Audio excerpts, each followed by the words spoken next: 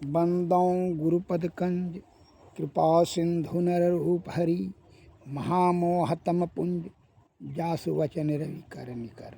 श्रद्धेय महानुभावों, संत वाणी में शब्द आया है, काम क्रोध मद मोह त्यागो, तृष्णा तज गुरु भक्ति में लागो।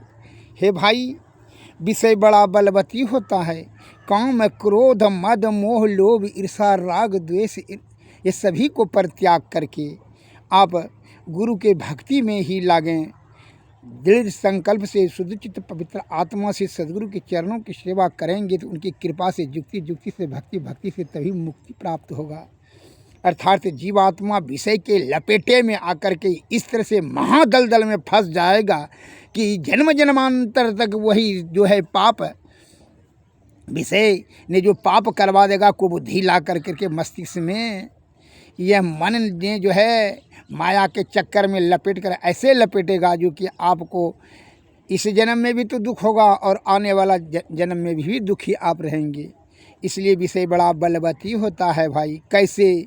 एक गलती को अगर यदि आप, मन जो है ये सभी इंद्रियों का मालिक है और मन बड़ा गतिमान और बड़ा बलवान और बड़ा चंचलवान है। इसलिए मनुष्य कहा गया है। मन की जो है हमेशा वह विषय को और धकेलेगा, जिसके कारण से आपका जीव आत्मा की दुर्गति निश्चित हो जाती है। एक मैं उदाहरण देता हूँ कि किस प्रकार जो है मन की प्रबलता है। 14 इंद्रियां शरीर में है, 5 कर्म इंद्रियां, 5 ज्ञान इंद्रियां और 4 अंतःकरण इंद्रियां। अंतःकरण इंद्रियों में मन, बुद्धि, चित्त और अहंकार। मन और अहंकार जो है यह दुर्गति जीवात्मा को विषय की ओर धकेल करके दुर्गति की ओर ले जाता है, जिसके कारण से जन्म मरण के चक्कर में फंस करके अनेक प्रकार के कष्टों का सामना करना पड़ता है। रोग शोक ताप पाप संताप सब भोगना पड़ता है। काम क्रोध मद मोह लोभ ईर्षा राग द्वेष, रूप रस गंध शब्द स्पर्श, यह जो है यह आधार है। रूप रस गंध शब्द स्पर्श यह आधार है। किस चीज़ का आधार है? विषय उत्पन्न करने का यह आधार बहुत है, जड़ है। इसलिए से बचें। रूप रस गंध शब्द स्पर्श यह ज्ञान इंद्रियां। एक मैं उदाहरण देता हूँ। एक नवयुवक था जो वह एक लड़की से प्रेम कर बैठा और प्रेम प्रसंग जो है वह घर पर भी बुला करके उस लड़की के साथ में प्रेम प्रलाप करता था। अब संजोग की बात हुई, उसकी माँ और बहन, पिताजी मर चुका था, तो वह माँ और बहन ही थी घर में। लेकिन वह संजोग से वह बाजार गई थी माँ और बहन। इसने लड़का ने जो अपनी प्रेमिका को बुला करके अपने घर पर प्रेम मिलन करने में व्यस्त था, इतने में उसकी बहन आ गई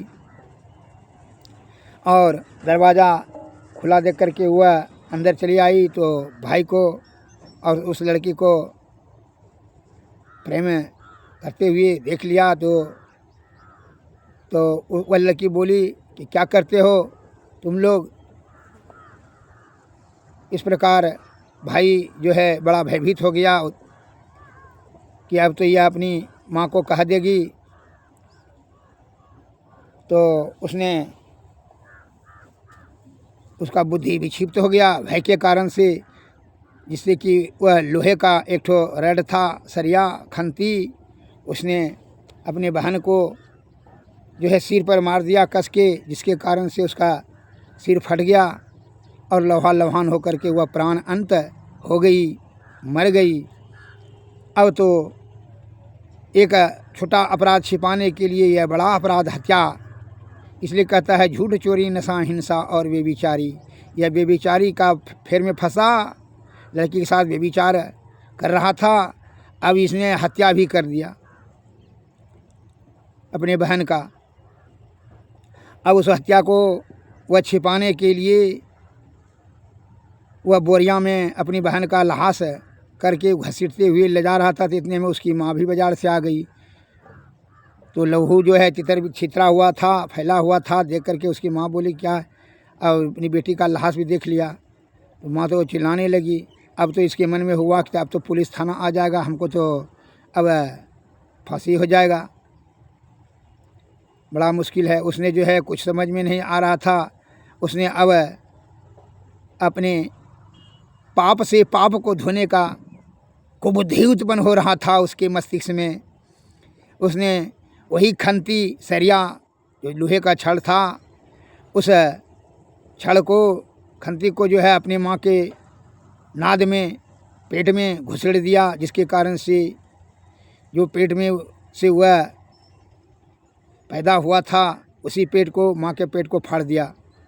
समझ ली कितनी बुद्धि नीचे उसका गिर गया, आप समझ लीजिए। यह पाप ने कहाँ से कहाँ इसको लेकर चला गया। माँ का भी हत्या कर दिया, माँ का भी हत्यारा हो गया। अब दोनों माँ बेटी जब उम्र मृत्यु को प्राप्त हो गई, अब ये तो लड़की तो भाग गई अपने घर। ये लड़कवा क्या क्या, तो किवाड़ लगा करके ताला चाबी मार कर करके वह भी दिल्ली भाग गया। इसलिए संत महात्मा कहते हैं कि कीचड़ से कीचड़ को नहीं धोया जा सकता है। यह जीव आत्मा को परमात्मा की प्राप्ति करने के लिए इंद्रियों से अतीत होना होगा, इंद्रियों के अधीन में नहीं है। विषय से ईश्वर की प्राप्ति नहीं की जा सकती है जब तक कि विषय के परे ही ईश्वर हैं। अब वो लड़का दिल्ली चला गया। अब 8-10 दिन में जो है लाश महकने लगा, बदबू होने लगा। जो भी गांव के आदमी उधर से गुजरते थे बड़ा बदबू होता था। पुलिस को किसी ने फ़ोन कर दिया, पुलिस आई, पुलिस ने देखा कि किवाड़ खोला तो देखा कि माँ बेटी का लाश।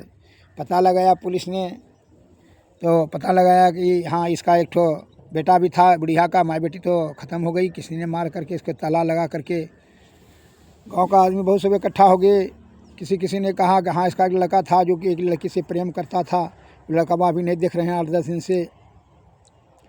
तो पुलिस को संदेह हो गया कि कौन लड़की से प्रेम, तो कोई कहा दिया कि हाँ वो अगले गांव का है। तो जाकर पुलिस ने उस लड़की को जो है जब पकड़ करके थाना लाई, धमकाया उमकाया, तो वह लड़की भय से सब बता दिया कि उसका पुत्र ने ही अपने माँ बहन का हत्या कर दिया। एक लोहे के खंती से वो खंती जा करके दिखा दिया।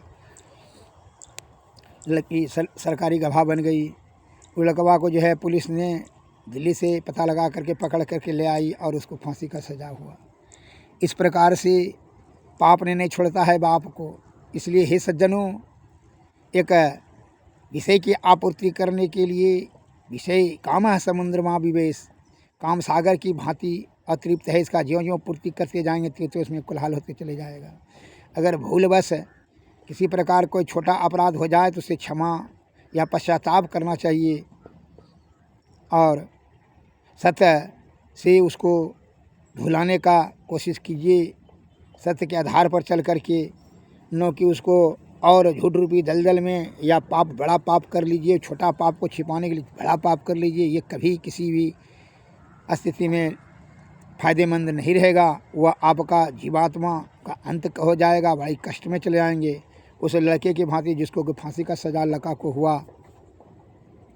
कहने का तात्पर्य है जो विषय भोगी खुद है उससे आप सलाह लेते हैं कि सुख शांति समृद्धि मोक्ष प्राप्त करने के लिए क्या करना चाहिए। वो तो खुद दलदल में है, वह आपको दूसरा क्या उपाय बताएगा। इसलिए यह संत के शरण में जाकर के ही विषय रूपी जो है यह मदांध हाथी रूप चित्त को जो विषयों की आनंद वाटिका में विचरण करता है, रोकने के लिए तीव्र अंकुश का काम करता है नाद ध्यान। इसलिए बिंदु ध्यान विधि नाद ध्यान, सरल सरल जग में परचारी। हमारे अगर यदि आप सुख शांति और जीवात्मा का कल्याण चाहते हैं तो नाद ध्यान निरंतर करने से आपका विषय वासना छिन्न हो जाएगा और आपका जीवात्मा का कल्याण होगा। इसलिए संतों ने कहा, उपनिषद में आया है,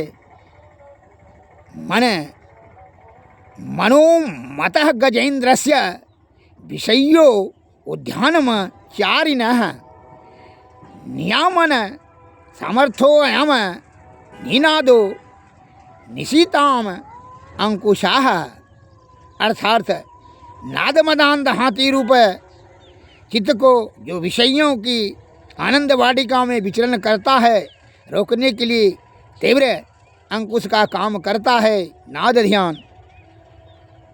संत महात्मा बड़ा संशोधित किए हुए शब्दों का प्रयोग करते हैं, इसलिए संत वाणी में आया है शब्द, दादुर जाने नहीं कोई संतन की गति गोई, अविगत अंत अंत अंतर पट अगम अगाध अगोई। दादुर जाने नहीं कोई संतन की गति गोई, सुनी सुन सुन के पारा अगुन सगुन नहीं दोई। अंड न पिंड खंड ब्रह्मंडा सुरत सिंध समोई, निराकार आकार न ज्योति पूरन ब्रह्म न होई। दादुर जाने नहीं कोई संतन की गति अति गोई, निराकार आकार की ज्योति पूरन ब्रह्म न होई। इनके पार सार सोई पहिए मन तन गति पति खोई। दादुर दीन लीन चरणन चित में उनकी शरणोई। दादुर जाने नहीं कोई संतन की गति अति गोई, अविगत अंत अंत अंतर पट अगम अगाध अगोई। शून्य शून्य शून्य के पारा अगुन सगुन नाही कोई दोई। अंड न पिंड खंड ब्रह्मंडा सुरत सिंदर समोई, निराकार आकार न ज्योति पुरन ब्रह्म न होई। इनके सार पार सोई पई हैं मन तन गति पति खोई। दादुर जाने नहीं कोई संतन की गति अति गोई। श्री सद्गुरु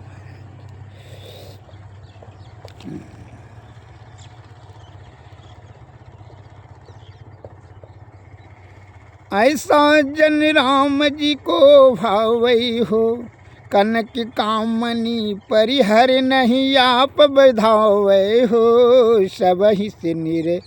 सबहि से निर्बैराता काहू रे दुखावे हो। शीतल वाणी बोल के रसया मृत पावे हो, के तो मुनि होई रहे के हरि गुण गावे हो। भरम कथा संसार की सब दुरे भगावे हो, पांचों इंद्रिय वसे करे मन माही मिलावे हो। काम क्रोध मद लोभ को खीन खो दबावे हो, चौथे पद को चीन के तामही रमावे हो। सुंदर ऐसे साधु के डिग काल नाव जावे हो। कनक कामनी परिहरी नहीं आप बधावे हो। वहीं से निर्वैरता काहू रे दुखावे हो। शीतल बनी बोल के रसया मृता पावे हो। श्री सद्गुरु गुरु के प्रसाद बोधि उत्तम दशा को गाहे। गुरु के प्रसाद भव दुख बिसरावे। गुरु के प्रसाद प्रेम प्रीति हो अधिक बढ़े। गुरु के प्रसाद राम नाम गुण गाये। गुरु के प्रसाद सब योग की युगति जाने। गुरु के प्रसाद शून्य में समाधि लाए। सुंदर कहत गुरुदेव जो कृपालु होई, तिनके प्रसाद तत्व ज्ञान पुनि पाई। गुरु के प्रसाद ब्रह्म बुद्धि उत्तम वहे। श्री सद्गुरु महाराज की जय। श्री सद्गुरु।